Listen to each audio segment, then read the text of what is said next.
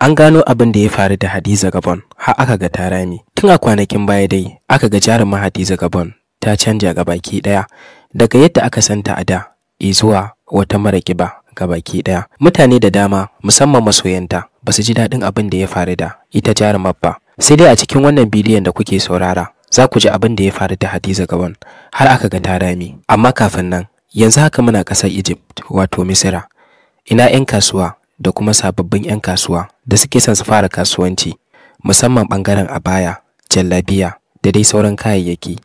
Za ka iya min magana ta WhatsApp number da ke kan sikirim ɗinku domin yin odar kaya daga can ya zo har gare ka har ƙasar da kake. Muna turo kaya cikin aminci da kwanciyar hankali ba tare da bata lokaci ba. Kamfaninmu daban yake da sauran kamfanoni a can Egypt ɗin. Mai buƙatar yin siyayyar kayayyaki na alfarma musamman abaya, jallabiya da dai sauransu za ka iya yi min magana ta WhatsApp namba na da ke kan sikirim ɗinku. Za ku fara ɗaukan namban ne tun daga plus ɗin farko da kuka gani sai ku tsintsince nambobin har izuwa ƙarshe. Wannan ita ce WhatsApp namba na. Kuma za ku ji daɗin kasuwanci da mu musamman 'yan sari wayanda suke siya daga kamfani sannan su siyar a shagunansu. Mu dawo ɓangaren Hadiza Gabon. Akwai wata tattaunawa da aka yi da jarumin Hadiza Gabon a cikin satin nan wanda aka yi ta da TY Shaba da kuma ita jaruma Hadiza Gabon din. Wannan tattaunawa an yi ta ne a zauren Gabon wanda ita Hadiza Gabon din take jan ragamar shirin. A inda shi TY Shaba din ya bude baki ya ce an ga kin rame lokaci guda. Ni kuma wani bayani da na ji a gidan rediyo cewa akai mace mai kiba ta fi ni'ima a bangaren auratayya. Sannan mutane da dama sun fi sha'awar mace mai kiba akan mara kiba. Aiko buɗar bakin Hadiza Gabon sai ta ce to su dai mata masu buƙatar ƙiba Allah ya basu, ni kuwa cuta ta zame mun. Domin yanzu haka da kake gani na fi lafiya akan lokacin da nake da ƙiba, wanda hakan ne yasa na rage ƙiba ta ba don wani abu ba. Ta ce lokacin da take da ƙiba rashin lafiya ta dinga yi a tsatsaye.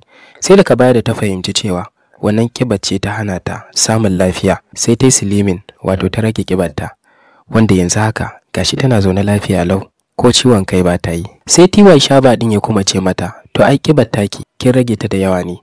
Ba kya ganin mutane da dama za su dinga cece ku ce akan ki game da wannan kiba taki da ta ragu. Ta bude baki ta ce ita ba ruwanta da abin da mutane za su ce a kanta. Duk wani abu da aka ga ta yi shi ne akan ra'ayin kanta ba ra'ayin wani ba. Sannan ta ce mutane ne ba su sani ba amma su tambayi likitoci da mutum mai kiba da mara kiba wane ne ya fi lafiya. Ita dai Hadiza Gabon tana kan tafarkinta na cewa mace mai kiba koyaushe a cikin rashin lafiya take, mara kiba kuma tana samun lafiya ne a koda yaushe. Saboda haka ita wannan dalilin ne yasa ta je ta rage kibarta ga baki daya, inda ta dawo santaleliyar budurwa kamar ba ita ba. Shin wace shawara za ku iya bawa Hadiza Gabon? Za ku iya bada shawara a comment section din wannan bidiyon. Shin kuna ganin Hadiza Gabon da yanzu wanne ne tafi kyan gani? Shi ma za ku iya faɗa mana ra'ayinku a comment section.